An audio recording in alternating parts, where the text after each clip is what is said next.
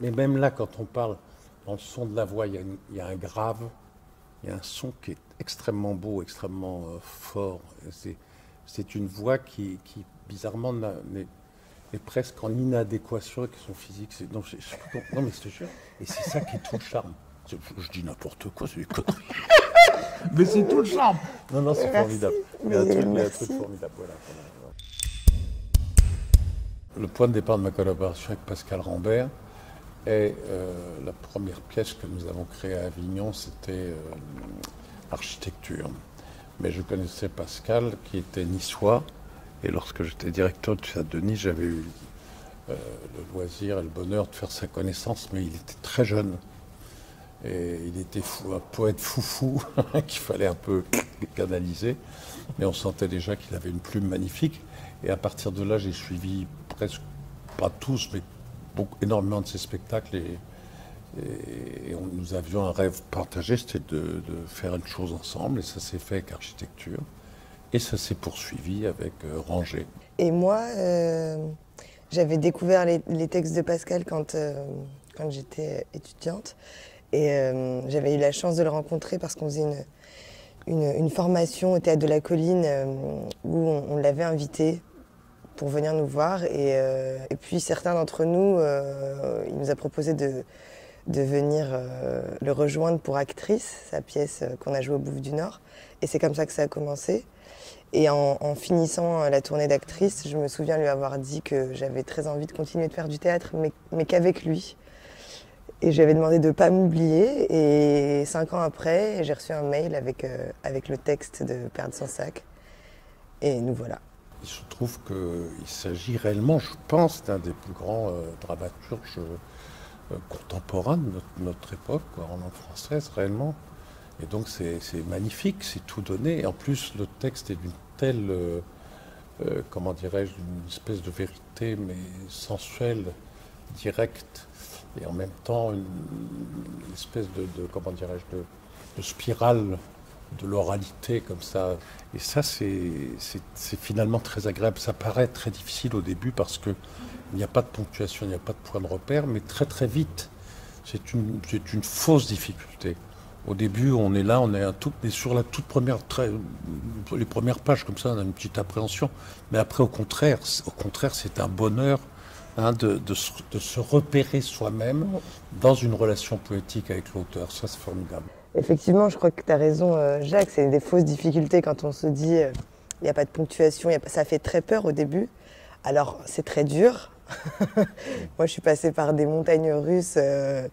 De grosses crises, de panique, etc. Mais oui, c'est un plaisir de manier ces mots. Et en fait, on est emporté et il n'y a pas de... Ouais, c'est un kiff. C'est un homme qui vient de recevoir un prix littéraire dans une contrée lointaine et qui a perdu sa femme il y a 1 an et qui ne s'en remet pas et qui décide de parler à cette femme. Il est dans un hôtel un peu design, un peu aseptisé, un peu froid. Après, je laisse la suite à découvrir. Voilà. Non, à partir du moment où l'on est absolument décidé à affronter de face le malheur qui vous arrive en pleine face, je pense qu'il y a justement au contraire beaucoup de vie et beaucoup de clarté. Ouais, il y a une phrase dans le texte qui dit « Les filles, on vacille parfois, là je vacille ». Voilà, c'est une fille qui perd les pédales, qui est dans la rue, qui nettoie des vitres au feu rouge et qui vrille. Ouais. Dans un moment de grande colère, de grand désespoir, de tristesse, d'incompréhension, de révolte. Ouais. Elle est jeune, elle vient de terminer ses études, elle ne comprend pas le monde dans lequel elle vit, elle remet tout en question. Ouais. Moi, j'ai un amour pour l'image depuis toute petite, donc je n'avais pas peur de la caméra, au contraire, j'avais envie de rentrer dedans. Et le théâtre, ça m'a appris justement à peut-être me calmer. L'engagement physique, il est absolument... on ne peut pas faire autrement au cinéma que d'être engagé physiquement dans le plan. Et ça, c'est très important. Et d'ailleurs, la preuve en est, c'est que vous avez des acteurs qui ont une difficulté par rapport à l'oralité, dans le cinéma, mais qui physiquement sont imparables, sont absolument monstrueux, monumentaux, quoi. Et ça, c'est magnifique. Il y a un confort à avoir par rapport à ce rapport extrêmement sensuel, presque avec la caméra, quoi. C'est Gérard Depardieu qui m'a dit ça. C'est une bonne femme, c'est une femme. C'est une femme, tu la caresses, tu la prends. Il était parti dans un délire. Bon, ça faisait partie des mille et un délires magnifiques qu'il a parfois, mais c'était assez fulgurant, ce rapport de sensualité, de ne pas avoir peur d'elle. Alors que moi, au départ, je prenais ça pour un IRM. Moi, je me disais, non de Dieu, elle voit tout ce que je pense. Cette saloperie, là. Et donc, j'avais très peur. Alors, en fait, non, au contraire. Voilà. Qu'est-ce que je peux rajouter de mieux? C'est juste parfait, là, ta réponse, Jacques. Il y a un engagement physique au théâtre comme au cinéma, mais il y a quelque chose de... Je sors de mon heure sur scène en nage. Oui, bien sûr. Ouais. Et ce qui peut arriver parfois au cinéma aussi, hein. Ça dépend des scènes, mais c'est plus commun de terminer en sueur, en nage au théâtre qu'au cinéma. Moi, c'est vraiment la différence. Mais il s'agit toujours de physicalité, effectivement. Non, la réponse de Jacques était parfaite. Merci, madame.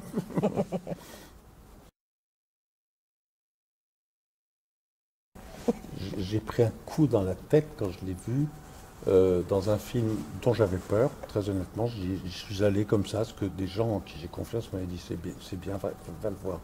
Novembre, le film Novembre qui a fait un grand carton, qui n'était pas un film évident sur un sujet qui ne l'était pas non plus.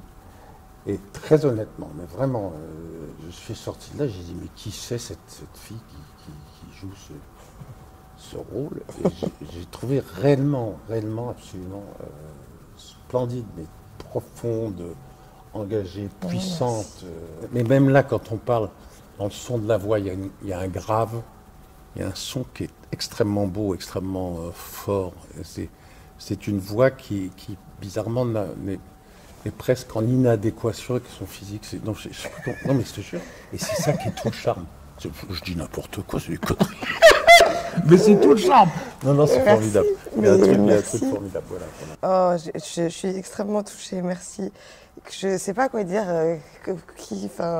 Immense acteur, exemple, et d'entendre ça de ta part, merci, Jacques, je ne sais pas.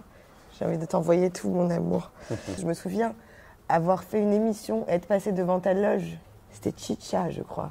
Ah oui, Chicha, oui, t'as raison. Oui. Et j'avais ma loge à côté, et je vois Jacques Weber, et moi je sais qu'on va commencer quelque chose ensemble. Et quand je dis ça à Pascal, Pascal me dit « Ah mais c'est marrant, parce que Jacques vient d'aller voir Novembre. » Et il m'en a parlé. Et en fait, ça n'a été qu'un concours de circonstances comme ça. Et après, il y a eu autre chose où on s'est recroisés, je sais plus où. Oui, je sais plus. Comme par hasard. Ben, oui, non, c'est pas par hasard, ça. Et nous voilà ensemble ici. Ça dit des choses. Ouais. Donc, je suis très contente, émue, honorée d'être aux côtés de Et moi, c'est Jacques. rigolo, parce que quand on me dit qu'on est honoré de ça, si vous saviez, il y a un truc que tu sais aussi, que dès le début on le sait, c'est quand on redémarre un spectacle, c'est le début. Et on est des gamins. Et ça, c'est en même temps, bah, voilà, c'est ça qui est beau, Ouais. qui préserve une énergie voilà, vitale.